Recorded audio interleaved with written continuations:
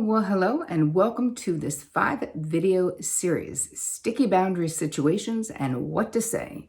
If you don't know me, my name is Terri Cole. I'm a licensed psychotherapist, a relationship expert, and the author of Boundary Boss, which is available right now, boundarybossbook.com. Okay, moving into the content. So the first sticky boundary scenario is, what if you wished you had set a boundary in the moment, but you didn't? How do you go back to someone, whether it was last week or last year or the summer of 78, right? How do you do that?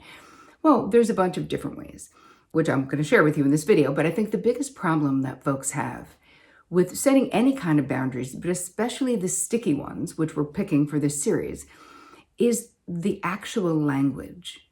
What do you actually say?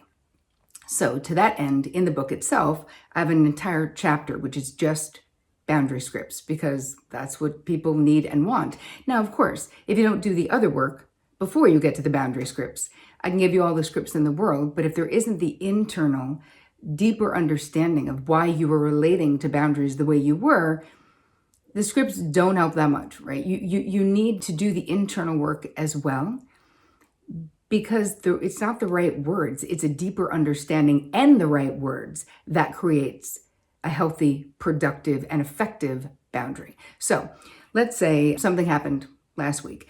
The first thing you want to do is you want to sort of bring it to their attention that there's a problem, there's an issue, or you have something to say. So you can say, I was thinking about last Wednesday and I wanted to share something with you, or I wanted to revisit the conversation that we had last Thursday night, or I've gained some clarity over the time that has passed and wanted to share something with you that came up for me after we were out together last week.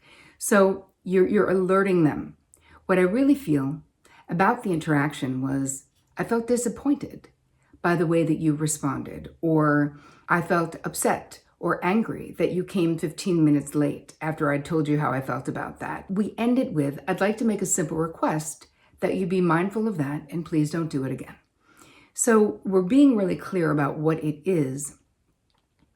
But by saying, I wanted to put it on your radar, I wanted to bring it to your attention, I wanted you to know, I had a thought and I wanted to share it with you, it's sort of a soft opening to be able to say what was on your mind. There's no statute of limitations in you going back and saying something. So don't feel like, well, I blew it. I didn't say it in the moment. Many of us find it challenging to say it in the moment. So it's not that, but it's never too late. Really, it's not. I don't care. You could go back and say, I was thinking about our interaction in 1978, if you were old enough. Now, some people will be like, that's so long ago. It doesn't matter. If you have something to say, if your side of the street is not clean because you have not expressed yourself or communicated effectively, you have every right to bring it up. And if the person's like, this is bullshit, that happened so long ago, you can say, well, I want to share this with you. I don't believe there's a statute of limitations. I wish I had shared it with you sooner.